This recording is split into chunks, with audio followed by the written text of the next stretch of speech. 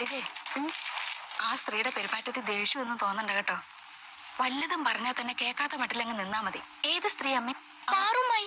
അച്ഛന്റെ വകയിൽ ഒരു ബന്ധുവാണെന്നാ അവര് പറയുന്നത്. എന്റെ അറിവിൽ ഒരു ബന്ധവും ഇല്ല. ആരുമില്ല ഇവിടെ. എല്ലാവരും നാട് വിട്ടുപോയോ? ആരും ഇവിടെ കാണാനില്ലല്ലോ. ദേവി, ആ നിങ്ങളെല്ലാവരും അടുക്കളയിൽ കയറി ഒളിച്ചിരിക്കുക. എന്നാലും എന്നോട് ഈ കൊലച്ചത് വേണ്ടായിരുന്നു ദേവകി. കുട്ടീഷിന്റെ മോന്റെ കല്യാണം നാട്ടുകാർ പറഞ്ഞിട്ട് ഞാൻ അറിയണം അല്ലേ? എല്ലാം പെട്ടെന്നായിരുന്ന. ഒരൊറ്റ അച്ഛനെ നീ മിണ്ടി പോവരുത്. എടി, പോത്തു പാർത്ത 2 ആമക്കളില്ലേ നിനക്ക്? അവർക്ക് എന്റെ വീട് വരെ ഒന്ന് വന്നൂടെ? പോട്ടെ, വിവരത്തിനൊരു കത്തയച്ചൂടെ? എന്റെ കുട്ടീഷിനുണ്ടായിരുന്നെങ്കിൽ ഇങ്ങനെ വല്ലതും സംഭവിക്കോ? വെറുതെ അല്ലടി, നിന്റെ ഒക്കെ അഹങ്കാരം കൊണ്ടാ ദൈവം അവനെ നേരത്തെ അങ്ങോട്ട് വിളിച്ചത്. വിളിച്ചെങ്കിൽ അമ്മായിക്ക് നഷ്ടമൊന്നുമില്ലല്ലോ. ഞാനൂള് 10 എടുക്കണ. നീ ആരോടാണ്ടി സംസാരിക്കുന്നത്? നീ ഒന്നും മിണ്ടണ്ട. അച്ഛനെ പറ്റി പറഞ്ഞ പിന്നെ വലിയ അച്ഛൻ സ്നേഹി. നിന്റെ അച്ഛനാവുന്നതിന് മുമ്പേ അവൻ എന്റെ കുട്ടീഷിന. അറിയോ നിനക്ക്?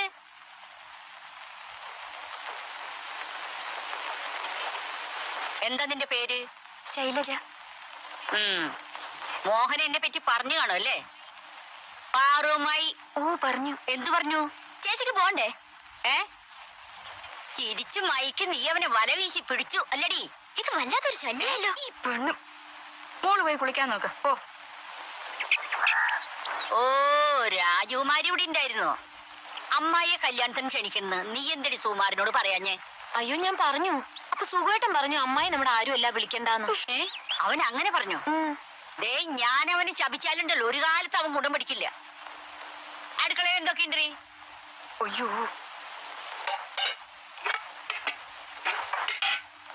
മീനൊന്നും വാങ്ങിച്ചില്ലേ? ഇല്ല. ഇച്ചിരി മീൻചാറില്ലാതെ എങ്ങനെ ചോറുന്ന? ഞങ്ങൾക്ക് ആർക്കും മീൻ ഇഷ്ടല്ല. എനിക്കിഷ്ട. ദേ, നിങ്ങൾ പിള്ളേരെ ആരെങ്കിലും പറഞ്ഞേച്ച് കുറച്ച് മീൻ മേടിപ്പിക്കും. എന്ത് മീനായാലും ശരി. എനിക്ക് കുറച്ച് ദിവസമായിട്ട് നടുവിനൊരു വേദന. ഇച്ചിരി നടന്നാ മതി, അപ്പ കിടക്കണം. ഞാനൊന്ന് മന്നിക്കട്ടെ. ചോറാകുമ്പോ വിളിക്കണേ. എന്റെ ശീലം നിങ്ങക്ക് അറിയാലോ. വിശന്നാ പിന്നെ വയറ്റിന്നൊരു കാളിച്ച. എന്റെ ദേവി, ഇനി കുറച്ചു ദിവസത്തേക്ക് പുകല് തന്നെ. നീ എന്തിനാ വയസ്സവരോട് തറുതൽ പറയാൻ നിൽക്കുന്നേ? ചെന്നിരുന്നല്ലോ പഠിക്കാൻ നോക്ക്. ഈ കൊല്ലെങ്കിലും പാസ്സാവണം. ഓടി.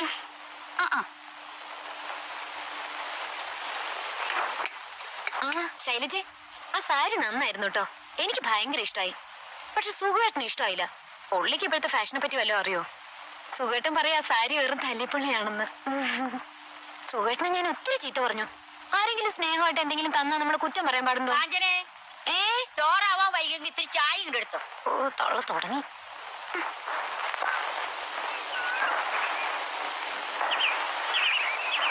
അയ്യേ, ചാളയാ? വേറെ നല്ല മീനൊന്നും കിട്ടിയില്ലേ ദേവി? മഴയല്ലേ? ഉള്ളതാവട്ടെ. ചായ കുടിച്ചപ്പോ എന്റെ ഉറക്കം അങ്ങോട്ട് പോയി. പിന്നെ ദേവകി, പെട്ടെന്നുള്ള ദേഷ്യത്തിൽ ഞാൻ എന്തൊക്കെയോ പറഞ്ഞു പോയി. അല്ലെങ്കിൽ പുതിയ പെണ്ണ് എന്നെ പറ്റി എന്ത് വിചാരിക്കും? എന്ത് ശ്രീധനം കിട്ടി? ഒന്നും വാങ്ങിച്ചില്ല. അയ്യേ, മുഴുവൻ സ്വർണ്ണായിരിക്കും അല്ലേ? എത്ര പവൻ കിട്ടി? ഞാൻ അന്വേഷിച്ചില്ല. അത് കള. പെണ്ണിന് ജോലി ഉണ്ടല്ലേ? തരക്കേടില്ല കേട്ടോ. മൂത്തോന്റെ ഭാര്യയെക്കാള് എന്തുകൊണ്ടും കൊള്ളാം. മക്കളുടെ ഭാര്യമാരെ തരംതിരിക്കുന്ന ഏർപ്പാടൊന്നും എനിക്കില്ല. ഞാൻ നേര് പറഞ്ഞതാ. ആ കുട്ടിക്ക് എന്താ തോന്നുക? വന്നിട്ട് വിശേഷങ്ങളൊന്നും ചോദിച്ചില്ല.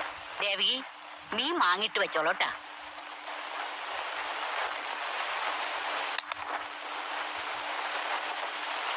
മോഹന് തെറ്റ് പറ്റിയിട്ടില്ല. ഞാൻ അവൾമാരെയൊക്കെ വഴക്ക് പറയാനായിട്ട് കുട്ടി പേടിച്ചു പോയി അല്ലേ? എന്റെ സ്വഭാവം അങ്ങനെയാ. നിന്റെ മോഹനുണ്ടല്ലോ, അവനെന്റെ മുമ്പിൽ നിൽക്കില്ല. കാറുമായി ഒന്ന് തറപ്പിച്ചു നോക്കിയാ മതി. നിന്ന നിലയിൽ അവൻ മൂത്രമൊഴിക്കും. പക്ഷേ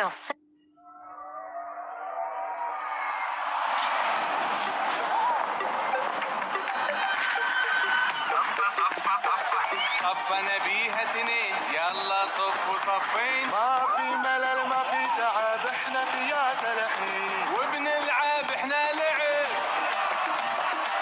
شالو كلنا نلعب لعب العب العب وبينسى كل الملل وانا في ياس بستانس وبستانس നോക്കിയാ മതി. നിന്ന നിലയിൽ അവൻ മൂത്രമൊഴിക്കും. പക്ഷെ ഒക്കെ സ്നേഹമുള്ള വർഗ. മോഹൻ ഈ തോളിലിട്ട് വളർത്തിയതാ പാറുവുമായി. അറിയോ നിനക്ക്?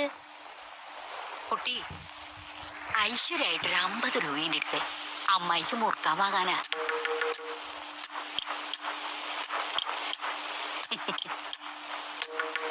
ചില്ലറ ഉണ്ടോന്നറിയില്ല. കാണും.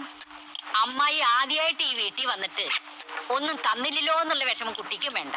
അതുകൊണ്ട് ഇതേ ഉള്ളൂ. 100ന്റെ അല്ലേ, സാരില്ല, അമ്മായി ചില്ലറ മാറ്റിക്കോളാം.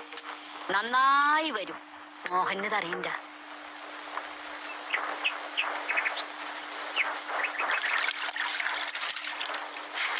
ഓ, എന്തൊരു വിനയം, എന്തൊരു ഐശ്വര്യം. കുട്ടി, മോഹന്റെ ഭാര്യയ്ക്ക് മാസപ്പടി എന്ത് കിട്ടും? നീ ഇത് കണ്ട, ഇക്കാലം വരെ ഒരു 5 രൂപ ഇത് അമ്മായി മുറുക്കാൻ മേടിക്കുന്നു പറഞ്ഞ് നീ എനിക്ക് തന്നിട്ടുണ്ട്. അമ്മായി ആദ്യമായിട്ട് ഈ വീട്ടിൽ വരുന്നതല്ലേ, ഇത് ഇരിക്കട്ടെ എന്നും പറഞ്ഞ് ആ കുട്ടി ഇത് വെച്ച് നീട്ടിയപ്പോ എന്റെ കണ്ണ് നിറഞ്ഞുപോയി. അന്തസ്സുള്ള കുടുംബത്തിൽ പിറന്ന കുട്ടികളായി എങ്ങനെ ഇരിക്കും? അല്ലാതെ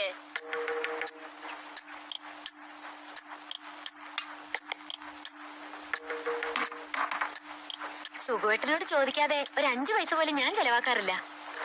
ശൈലജ 100 രൂപ കൊടുത്ത കാര്യവും പറഞ്ഞ് ആ തള്ളേനെ കൊച്ചാക്കാൻ വരിക. അവര് ചോദിച്ചപ്പോ ചില്ലറ ഉണ്ടായിരുന്നില്ല. ശൈലജ ശമ്പളക്കാരി ആയതുകൊണ്ട് ഇതിനൊന്നും മോഹനന്റെ സമ്മതം ചോദിക്കേണ്ട ആവശ്യമില്ലല്ലോ അല്ലേ? അതുകൊണ്ടല്ല, ഇങ്ങനെ കാശ് കൊടുത്ത് സൽപ്പേരുണ്ടാക്കേണ്ട കാര്യമൊന്നും എനിക്കില്ല.